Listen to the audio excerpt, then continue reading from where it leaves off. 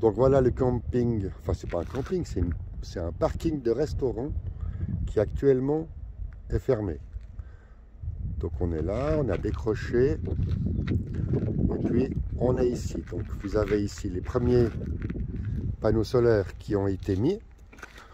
Donc on voit juste les panneaux solaires, il n'y a pas d'installation, il n'y a pas les régulateurs solaires qui sont dehors, etc.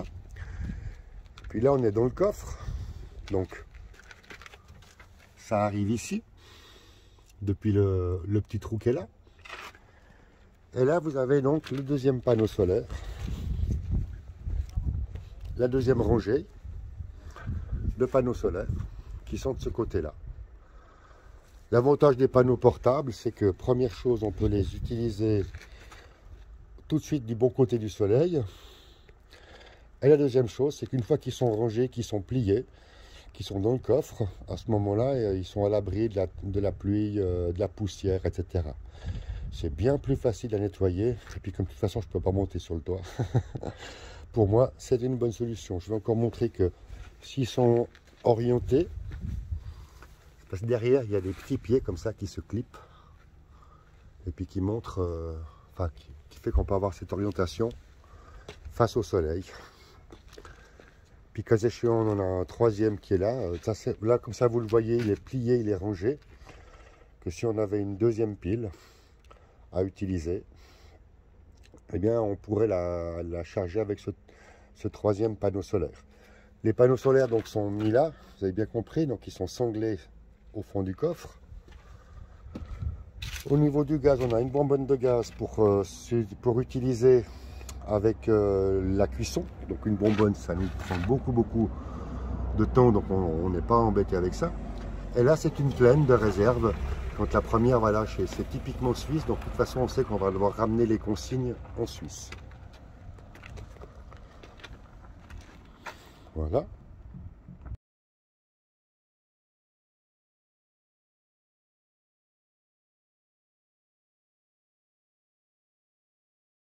Bonjour.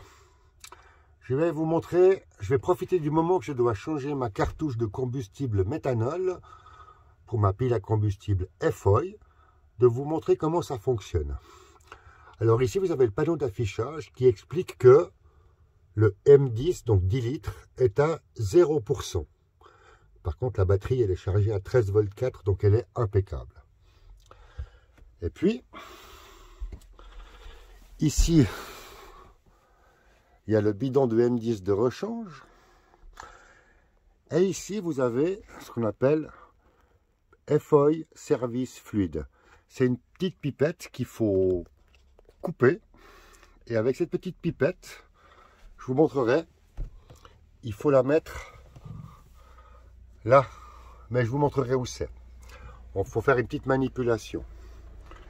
Et ensuite, donc c'est ce bidon-là qui est vide et que je suis en train de remplacer par celui que vous venez de voir tout à l'heure. Et ici, il y a donc les deux batteries lithium-ion de 105 ampères chacune. Donc il y a 210 ampères sur ces deux, sur cette installation. Voilà, c'est bon, tu me vois comme ça? C'est parfait. Bonjour, rebonjour. Alors maintenant, la première chose, il faut enlever le bouchon. C'est un bouchon exprès pour, il n'y en a pas deux identiques. Donc ensuite, il faut désangler. Une fois que c'est désanglé, on enlève le bidon.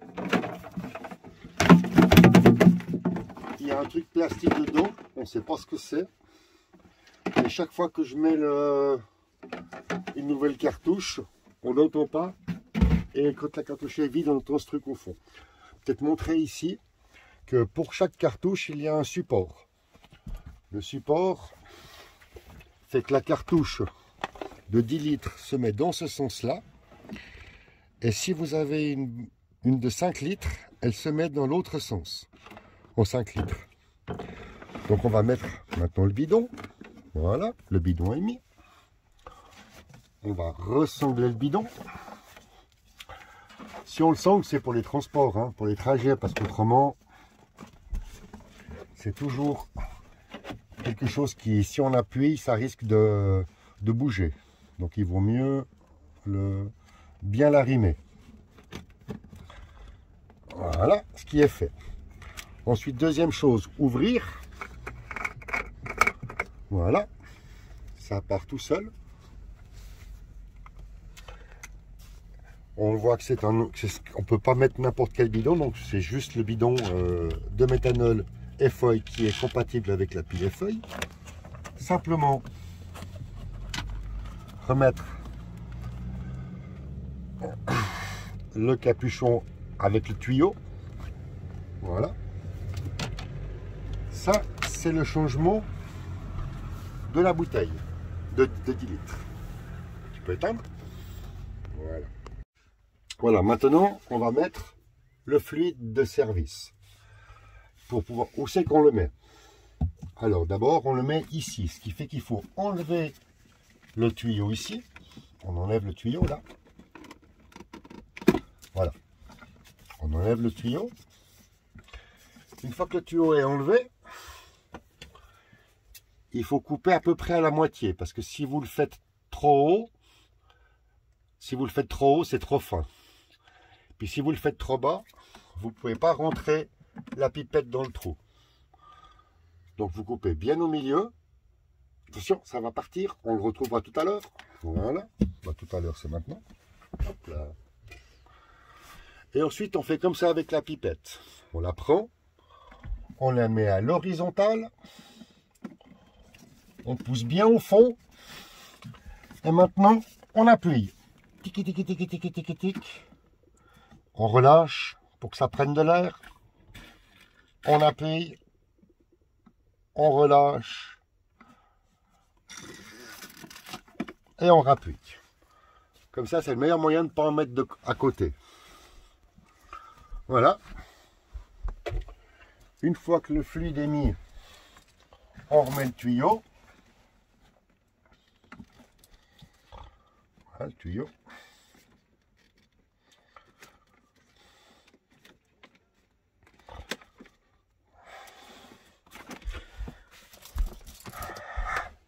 Une fois que le tuyau est mis, et ben c'est tout.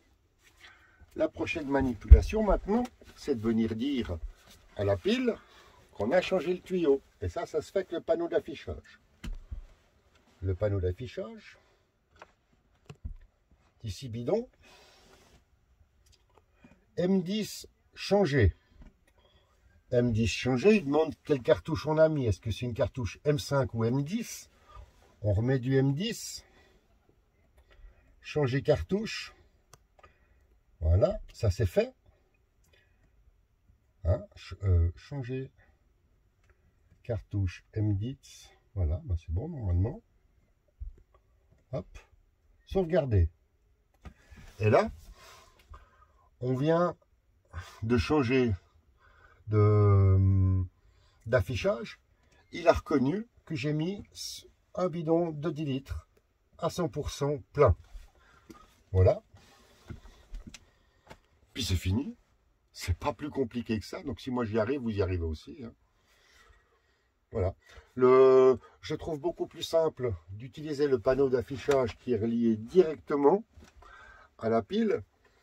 Parce que là, en l'occurrence, si vous n'achetez pas ce panneau d'affichage, vous devez utiliser votre téléphone pour savoir tout ça.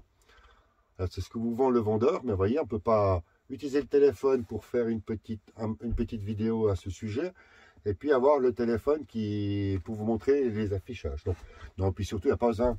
Le matin, quand on se lève, hop, on tape un petit coup ici, et puis il y a tout de suite l'affichage. Vous savez où vous en êtes, vous pouvez lire le voltage de votre batterie. Non, à mon avis, hein, je ne suis pas payé, je ne demande rien, mais franchement, c'est un super système. Allez, sur ce, tu peux couper.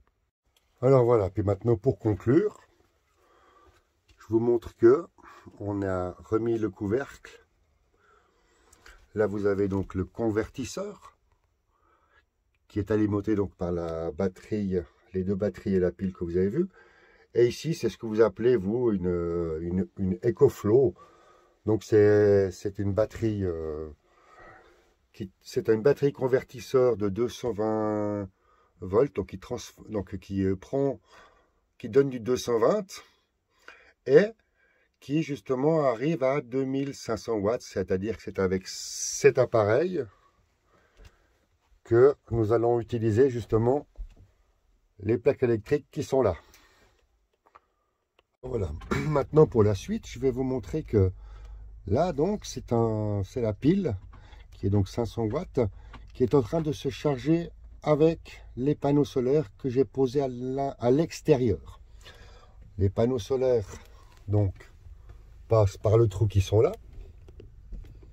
On va arriver bien sûr dans le coffre avant. Et puis vous avez ici